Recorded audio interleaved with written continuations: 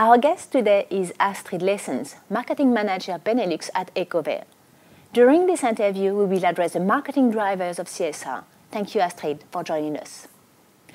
Ecover is a cleaning products company founded in 1980 in Belgium by eco-pioneers who wanted to create phosphate-free cleaning products. The firm has grown tremendously and is present in more than 40 countries today. Your strong commitment to protect and preserve the environment has been recognized through many awards that you received. In 2008, for example, you were nominated as the Hero of the Environment by the Time magazine. Respect for the environment, being green, is at the core of your business approach, but also what makes your products different. How do you communicate about the green aspect to your customers? What is your marketing approach? I think Ecover is a brand with great stories, and a lot of stories. I think it's common for green brands. It's not just one simple message. When we take a look at our competitors, it's about efficiency. They don't talk about how the ingredients are sourced or how it's produced, if it's produced in an ecological way. We talk also about safety of our products. That means that they are kind of healthy, or we believe they are more healthy than other kind of products. And we also talk about what happens once you've used the products, because once you've used, they disappear. They don't disappear in the earth. They just stay there. And so we are looking into how they are if they are biodegradable or not. So we have a lot of different stories. Not all these stories are relevant for all the different people buying Ecover today. So we have like real dark green people. That's the easy way to make a segment. They buy Ecover because of the planet. So the reason why they buy it, it's ecology. So to those kind of people, we will explain more our green stories. When we talk about more towards light green people, which is more like common, it's a bigger group of people. They usually start with buying biological food.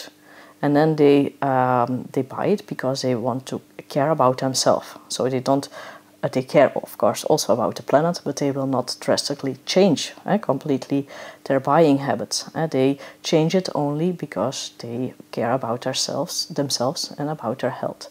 So actually the story, or how we tell the story, depends on who we target. And then we change our message. And so we have a lot of different green stories. Green Stories is about awards that we have been winning. So the pioneering story, the ecological factory is something we tell.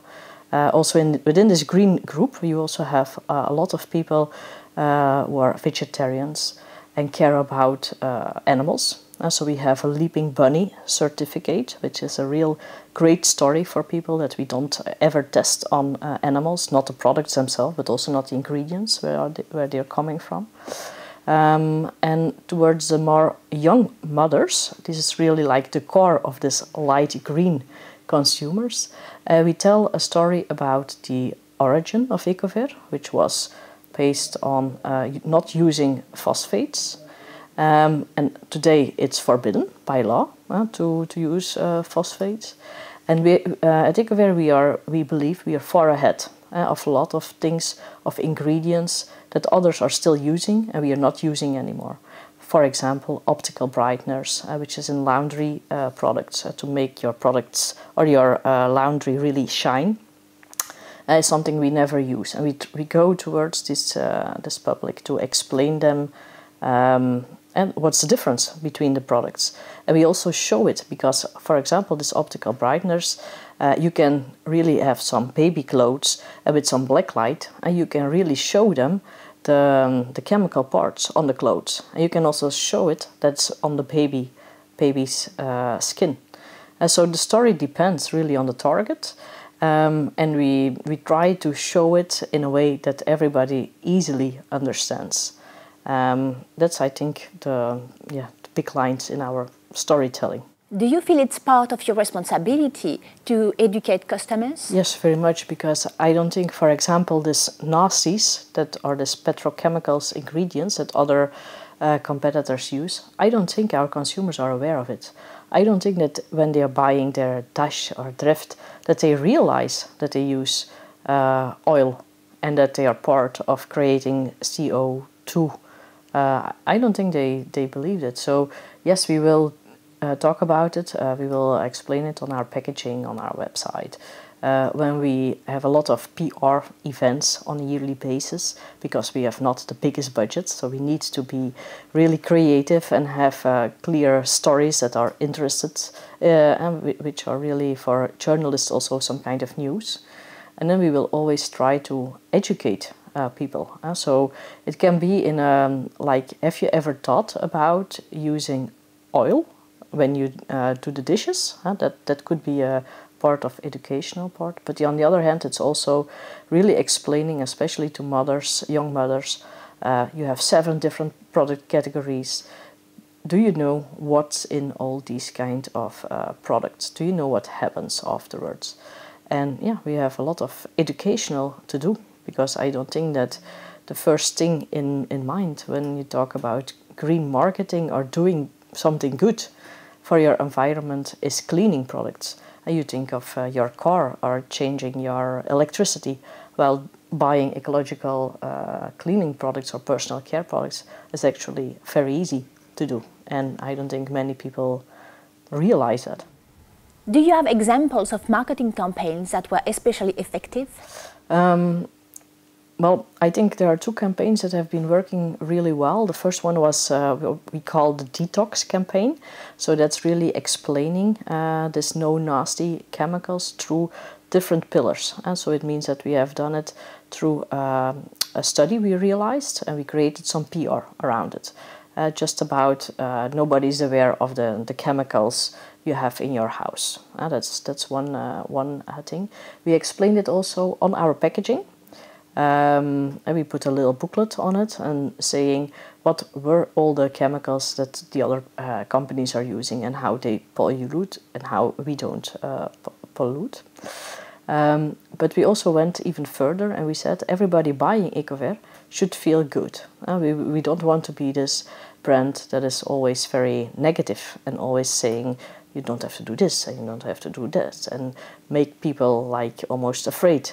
So we had a campaign called Feel Good campaign. I don't know if you know this campaign, and it's a campaign about giving rewards to people each time if they do something good.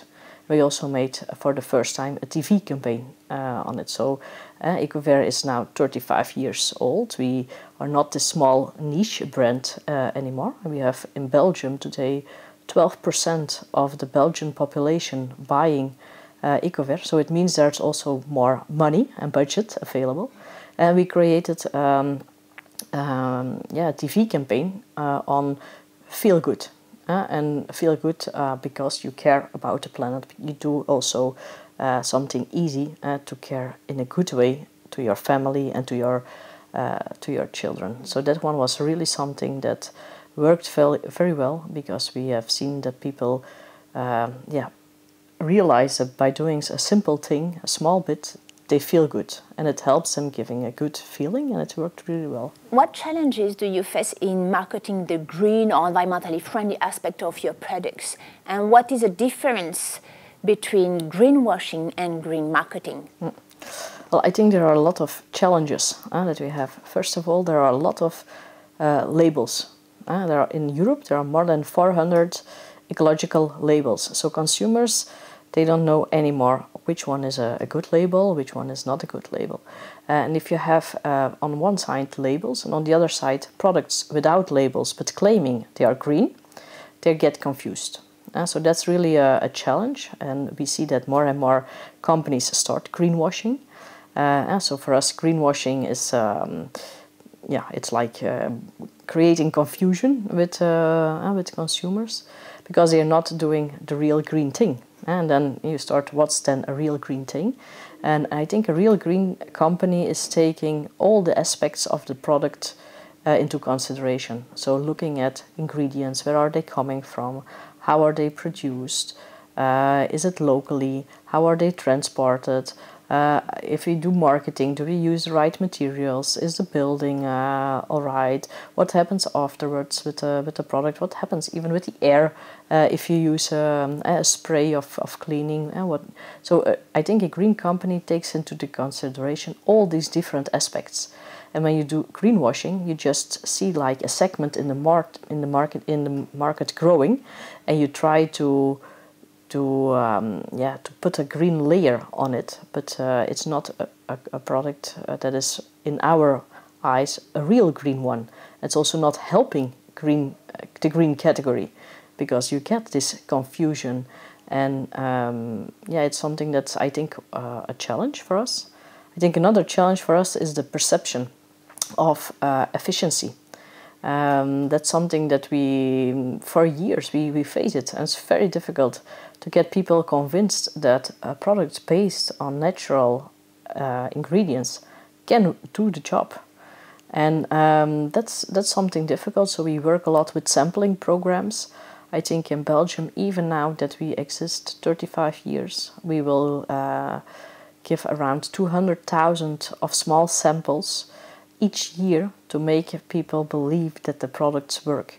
Because people like our ecological story or the health story, but there's always this final thing, it has to do the job, and that's one of the main criteria to choose if you need a product in our sector. So sampling is really important. Working together with organizations that test products and show that we have a good ranking is also something really important. And then giving consumers, I think, some kind of inspiration on how we make our products effective. So we have, I think, a great story, which is the eco-surfactant story. It's almost, I think, 10 years ago now that some scientists have been looking at humble bees nests. I don't know what's the name in English. And they actually found that in this humble bee nest, everything inside was really clean. So they found a kind of yeast that these bees are producing, which made sure that this humble nest was really clean on the inside. So we have been working with scientists to make this yeast actually in a lab scale, and we started to use these kind of yeast, the same as happening as existing in nature, copying it. And making in that way our products really efficient. So we have to give them samples, we have to show them our tests are good, but we also need to explain how we look into the world and into nature and find great examples of things that are without any oil or petrochemical ingredients and still do the job. So I think that's really a challenge. This brings me to my last point about consumer reaction to your products. You said that you have 12% of the market in Belgium. That's a significant number of people buying your products. You are in the highly competitive market. How do you attract the clients? Why do they buy your products? Well, today you can buy our products in all the supermarkets in Belgium and in all the nature stores. So that's, I think, already, as a first step. I mean, you can have great stories, but the first thing that you need to get done is to have it everywhere in each shelf. That's step one. And then the second step is to have high visibility in this shelf, because you have these big competitors and they all have like thousands of products, and we try to reduce our products, the number of products we have. We don't want to have 25 different perfumes. So we also believe that's not necessary to have it. So how can you create visibility in store? So you need to have people in store to make sure that your products are not only in shelf, but also often out of the shelf. So in a promotional display or in promotional activities.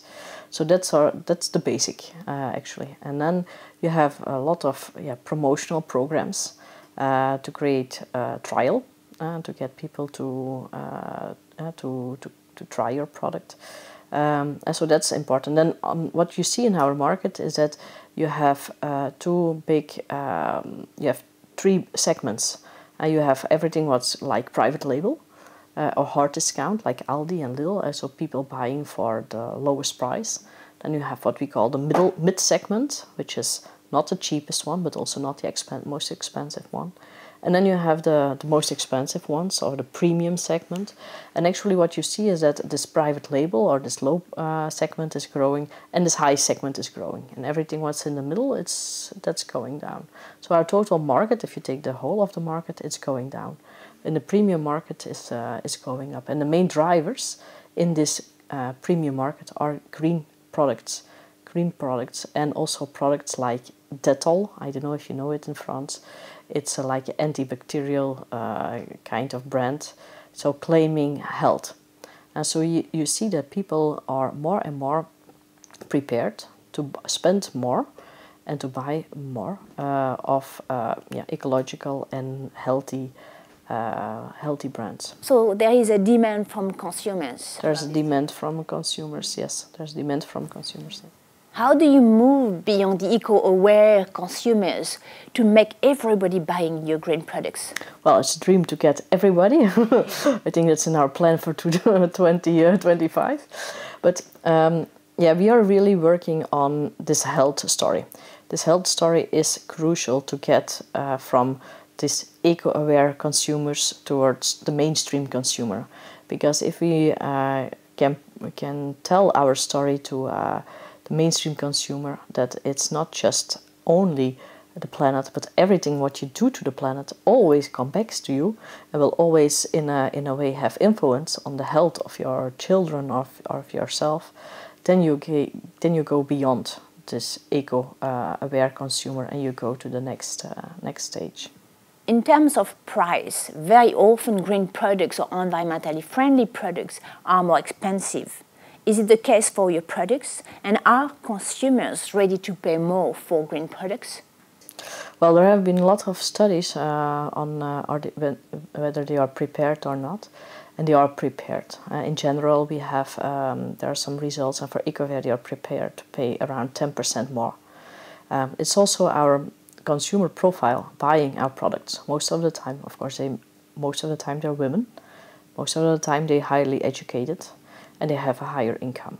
And so they are also not so sensitive on price level. But it's just a general insight. I mean, if you take a look at our consumer profile, you will find also 30% of people who are young and don't have the highest income yet.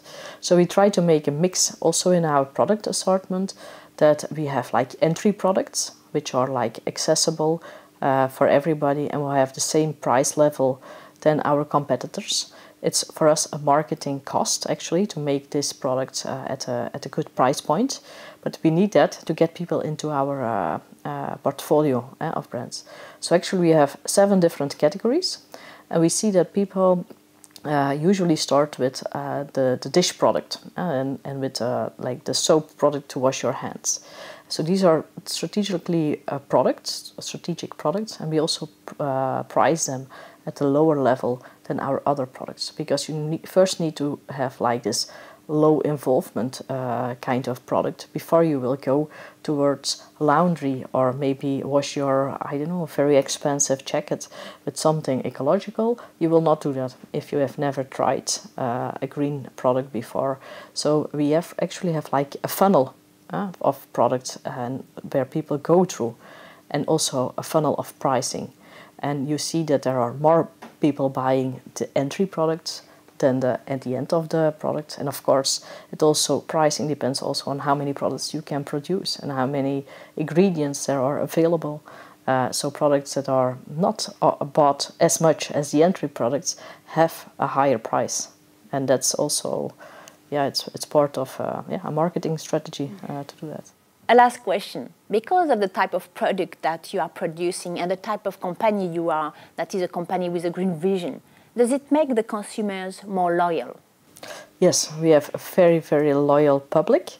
Also, our retailers always say that we have the highest loyalty rate of all the products. We have like, I think 74% of all people buying Ecover will never change anymore.